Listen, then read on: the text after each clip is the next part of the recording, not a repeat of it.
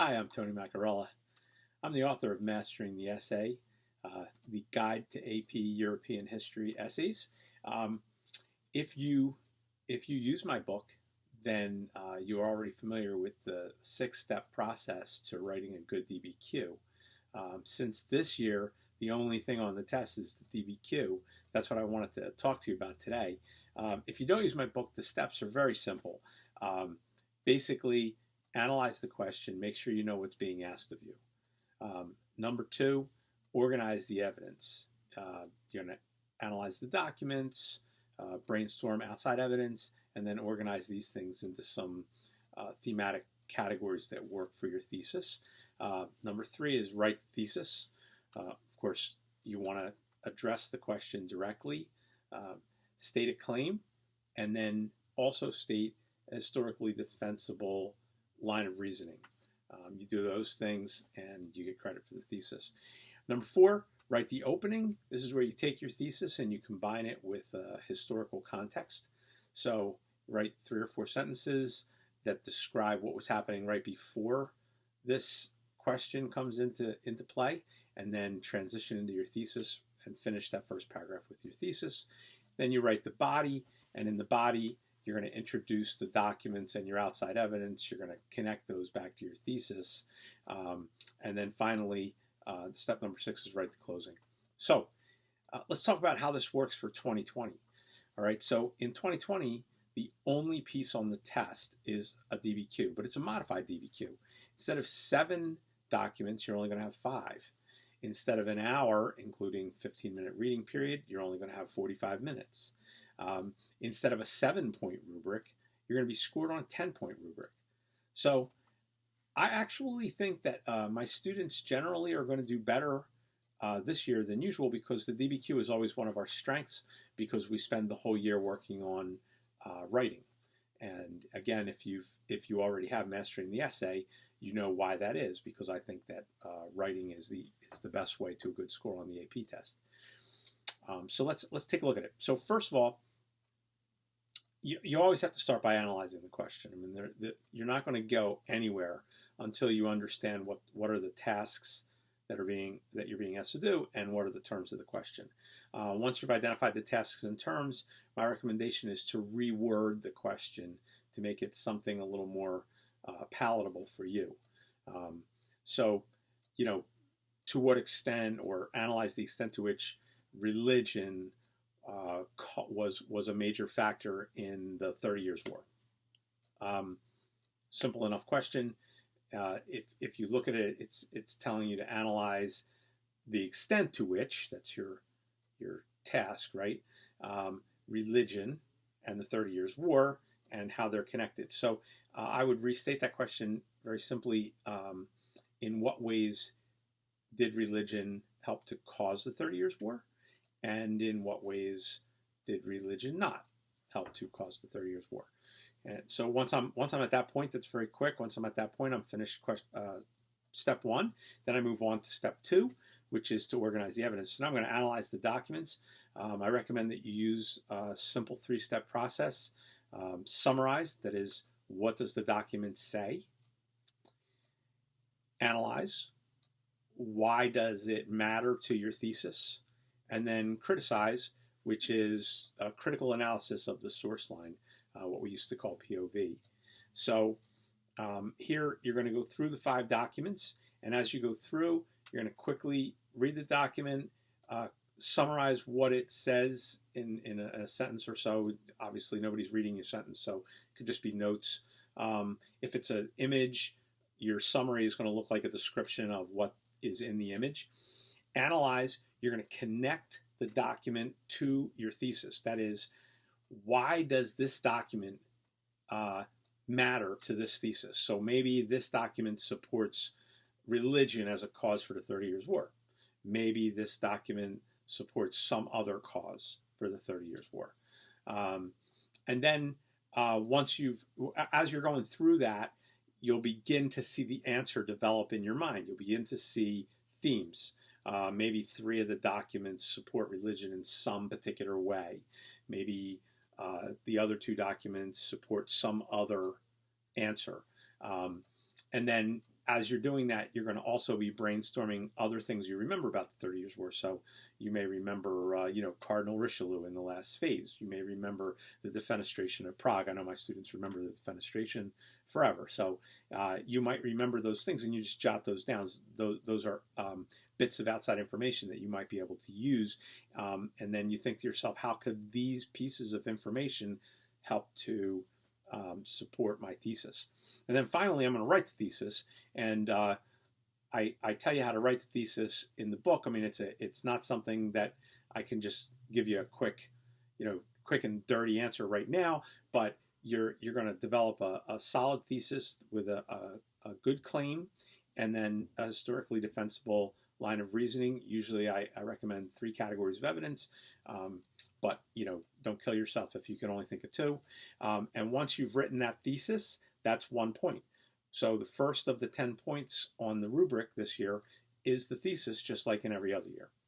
All right, then you're going to write your opening. So you want to start thinking about, okay, I have the dates for the 30 Years' War, 1618 to 1648. What was going on prior to that? I think of the Renaissance, the Reformation. So I can put all of that stuff in my context. You don't have to be overly specific in the context, but you want to develop a decent little story that's the background. And then you need a sentence that transitions into your thesis. You have to link your context with your thesis in some way. So maybe you're developing a context of the Renaissance and the Reformation kind of diminishing the power of the Catholic Church. And so, then you have the Counter-Reformation and the struggle between Catholics and Protestants, and that helps to lead to the 30 Years' War. And then you have a thesis that maybe begins with the religious factors. So that would develop your first paragraph. Once you've done that, you got a second point. So now you have thesis and you have context, 2 points. Okay, now you begin to write the body. You're going to start with your first category of evidence. You're going to introduce your first document. No need to quote the document. All the readers know what the documents say. So just note that you're talking about either document 1, or maybe you could cite the author's name, whatever you like. You can summarize briefly what it says. That's fine. But the real key part is to make sure you analyze it. So you're going to want to say, this document matters because it demonstrates that in this way, religion was a factor in the 30 Years' War. That's one of the ways you could have used a document. Every time you introduce a document or a piece of outside evidence, you're going to want to again connect it to your thesis by telling the reader why this matters to your thesis. When you do this, if you use 4 documents, that's going to be 3 points. Okay, so you introduce 2 documents, you get 1 point. You use those 2 documents to support your thesis, that's a 2nd point. When you do that for 4 documents, that's a 3rd point. So at this point, as soon as you get to 4 documents and you've connected them to your thesis, you now have 5 points total. Thesis, context, 3 evidence points. Additionally, remember, you also brainstorm some outside evidence, and you're probably mixing that in the body of your essay. So every time you introduce a piece of outside evidence, defenestration of Prague, this demonstrates the political factors that led to the 30 Years' War, perhaps. And so that tells the reader why this is important to your thesis, and that's a piece of outside evidence. That's 1 point. You do that again for another piece of outside evidence, Cardinal Richelieu. The fact that Cardinal Richelieu is fighting against the Habsburg Catholics, and he represents France, which is a Catholic country, seems to indicate that Catholicism had little to do with this phase of the war. Okay, that supports my thesis in some way. That's 2 pieces of outside evidence supporting the thesis, 2 more points. So now, at this point, you're at 7. Okay, you have thesis, context, you got 3 evidence points and 2 outside evidence points. That's 7. Then, as you're going through your documents, if you do the criticize part, which is a critical analysis of the author, this was written by a Catholic, and maybe he would see things about the Protestants in this way because he's Catholic. I don't know. It depends on who the author is, and so if you do that once, you get 1 point for sourcing. If you do that again for another document, you get 2 points for sourcing. So you're eligible for 2 sourcing points this year. That gets you to a 9. Remember, there's only 10 points on the rubric. So I haven't even left the second paragraph of my essay, and I might have a 9 right now.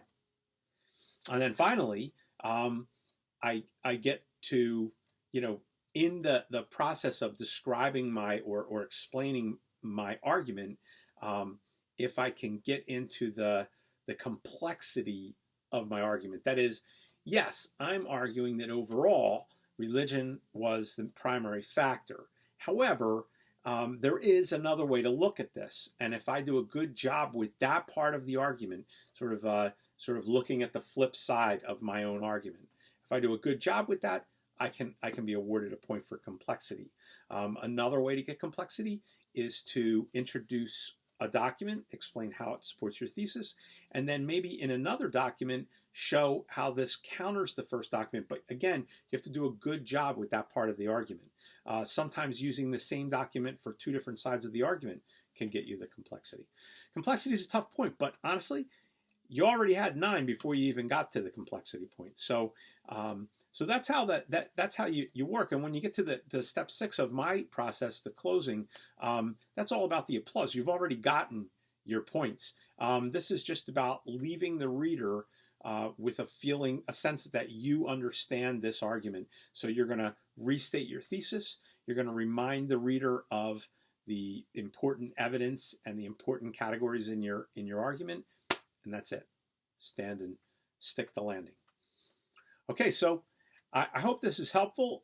This rubric will probably not be used again, but it is being used this year. And if you've been studying all year to get prepared for the AP European History test, I'm hoping that using the 6-step process from mastering the essay will help you to get a 10 on the essay. All right. Thanks for listening. Bye.